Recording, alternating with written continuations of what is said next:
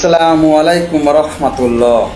আজকে আপনাদের মাঝে এমন একটি নেতার কথা বলবো যে নেতা 1982 সাল হতে 2014 সাল পর্যন্ত পরপর দুইবার মেম্বার, তিনবার আমলা ইউনিয়ন পরিষদের চেয়ারম্যান এবং একবার উপজেলা পরিষদের চেয়ারম্যানের দায়িত্ব পালন করেছেন।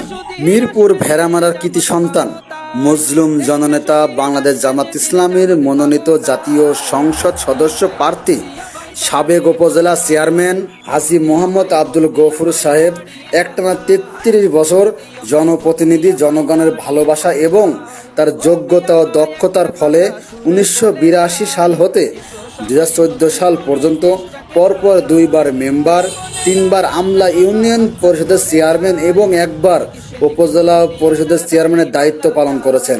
শ্রেষ্ঠ চেয়ারম্যান হিসাবে কৃতিত্ব অর্জন: 2005 সালে ন্যাশনাল ডিফেন্স কলেজ এনডিসি কর্তৃক খুলনা বিভাগের শ্রেষ্ঠ ইউনিয়ন চেয়ারম্যান হিসাবে কৃতিত্ব লাভ করেন। ফলে 7টি রাষ্ট্রীয় সামরিক ও বেসামরিক ঊর্ধ্বতন কর্মকর্তাগণ উক্ত ইউনিয়ন পরিদর্শন করে সন্তোষ প্রকাশ করেন। আসুন আমাদের ভালোবাসা এবং মূল্যবান ভোট দিয়ে জয়যুক্ত করে এলাকাবাসীর পাশে দাঁড়াবার মতো সুযোগ করে দিই। আমার তাওফিক ইল্লা বিল্লাহ।